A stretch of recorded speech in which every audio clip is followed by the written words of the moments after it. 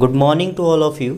आज हम सिविक्स के टॉपिक इलेक्ट्रल पॉलिटिक्स इसके बारे में स्टडी करेंगे कि जो लोग होते हैं पीपल डोंट गवर्न डायरेक्टली, लोग डायरेक्टली रूप से शासन नहीं करते, इसलिए वो क्या करते हैं कि अपना रिप्रेजेंटेटिव्स चुन लेते हैं। तो इस चैप्टर में हम इलेक्शन की क्या नीड है, इलेक्शन में कैसे रिप्रेजेंटेटिव को चुना जाता है और इलेक्शन कमीशन अपना काम किस तरह से फ्री और फेयर तरीके से इलेक्शन करवाते हैं, इसके बारे में हम स्टडी करेंगे। तो आइए देखते हैं सबसे पहले इलेक्शन क्या होते हैं। What is election? The mechanism और procedure by which people choose their representative at regular intervals is called election. Election वो होते हैं जिसमें कि लोगों के द्वारा रिप्रेजेंटेटिव चुना जाता है regular. If people are not satisfied with the working of the government, then they can change the government in the next term of election. अगर लोगों को सरकार के किसी भी तरीके के काम पसंद नहीं आते तो वो क्या कर सकते हैं कि नेक्स्ट टर्म में वोट नहीं डालते उस रिप्रेजेंटेटिव को और क्या कर देते हैं, वो सरकार चेंज कर देते हैं। इसको बोलते हैं हम इलेक्शन। इस तरह से ऑर्गेनाइज किए जाते हैं कि जिसमें कि लोगों के द्वारा to people by people for people, लोगों के द्वारा क्या किया जाता है कि एक रिप्रेजेंटेटिव चुना जाता है रेगुलर इंटरवल पे। और अगर वो अच्छे तरीके से काम करता है तो ठीक है, अगर नहीं करता तो लोगों के द्वारा क्या किया जाता है कि वो सेटिस्फाई नहीं है उसके काम से तो क्या करते हैं कि नेक्स्ट टर्म में गवर्नमेंट को चेंज कर देते हैं। नेक्स्ट है procedure of election. The procedure of election can be understood by the real example of Haryana assembly election. इसको हम हरियाणा असेंबली इलेक्शन के रियल एग्जाम्पल से समझेंगे कि इसमें लोगों को अगर कैंडिडेट क्या कर सकते हैं कि रिप्रेजेंटेटिव को चुन भी सकते हैं और क्या कर सकते हैं, उनको रिमूव भी कर सकते हैं। असेंबली इलेक्शन में एक नई पार्टी का ऑर्गेनाइजेशन किया गया, फॉर्मेशन किया गया, जिसको लोकदल कहते हैं, जो कि चौधरी देवीलाल जी के द्वारा लोकदल पार्टी बनाई गई थी।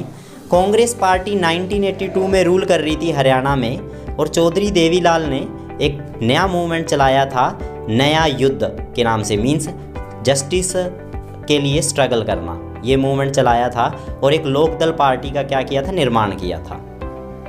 लोकदल पार्टी के निर्माण का मेन कारण ये था, इसमें वोटर्स के साथ प्रॉमिस किया गया कि अगर वो उनको जिताते हैं तो वो क्या करेंगे कि फार्मर्स हैं जो और स्मॉल बिजनेसमैन हैं उनको लोन प्रोवाइड करेंगे।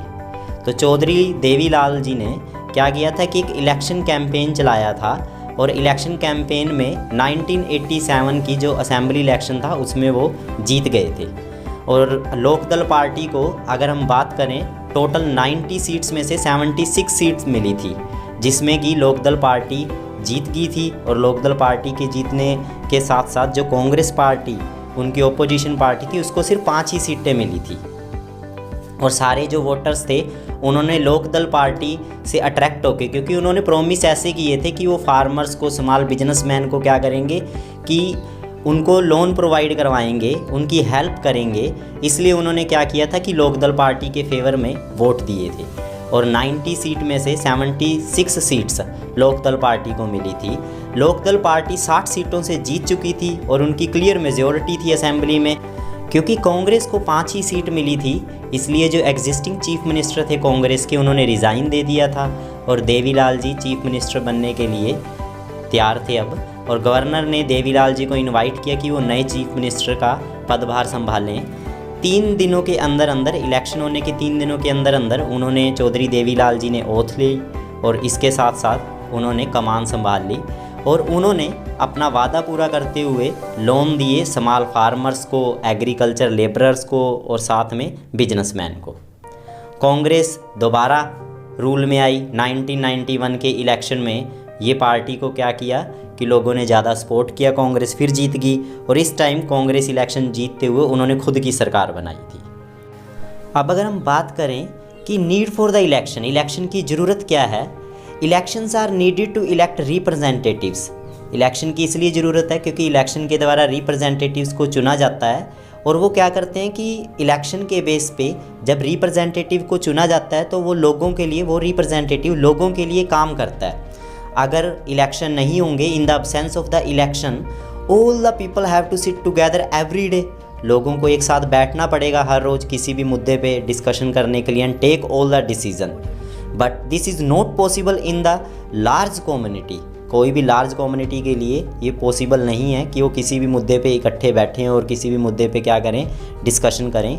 Nor it is possible for everyone to have the time and knowledge to take decision on all matters. और ये ज़रूरी भी नहीं है कि किसी के पास इतना टाइम हो या उनके पास नॉलेज हो किसी भी मैटर पे डिसीज़न लेने के लिए। So in most democracies people rule their representatives. लोग क्या करते हैं, अपने रिप्रेजेंटेटिव को चुनते हैं, और वो रिप्रेजेंटेटिव को इसलिए चुनते हैं क्योंकि वो क्या करते हैं, रिप्रेजेंटेटिव लोग अपनी एजुकेशन, नॉलेज, एक्सपीरियंस के बेस पे और जितने भी लॉज हैं उनको मानते हुए वो प्रॉब्लम, लोगों की जो प्रॉब्लम है उनको सॉल्व करने की कोशिश करते हैं।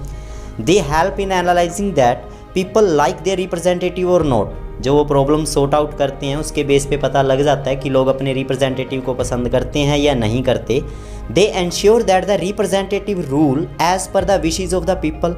रिप्रेजेंटेटिव लोगों के अकॉर्डिंग काम कर रहे हैं या नहीं कर रहे। अगर वो नहीं कर रहे तो उनको रिप्रेजेंटेटिव नहीं रहने दिया जाता, मीन्स लोग वोट नहीं डालते। In an election the voter can make choice like they can choose who will make laws for them. लोग उन्हीं को ही रिप्रेजेंटेटिव चुनते हैं जो उनके लिए कानून बनाता है, जो उनके लिए डिसीज़न लेता है और उनकी जो समस्याएं हैं उनको सॉर्ट आउट करता है। They can choose the party whose policy will guide the government and law making. जो क्या करती है, लोगों के लिए रूल बनाती है जो सरकार, और साथ में लोगों को हेल्प करती है, उसी को ही रिप्रेजेंटेटिव चुना जाता है, वही सरकार बनाई जाती है। तो इस तरह से यहाँ पे ये इलेक्शन की ज़रूरत है। तो ये नीड फॉर इलेक्शन था टॉपिक। तो इस तरह से हमारा जो टॉपिक है इलेक्ट्रल पॉलिटिक्स, इससे रिलेटेड इलेक्शन क्या होते हैं, प्रोसीजर क्या है इलेक्शन का, और इसके साथ साथ इलेक्शन की नीड क्या है, इसके बारे में आज हमने डिस्कशन किया।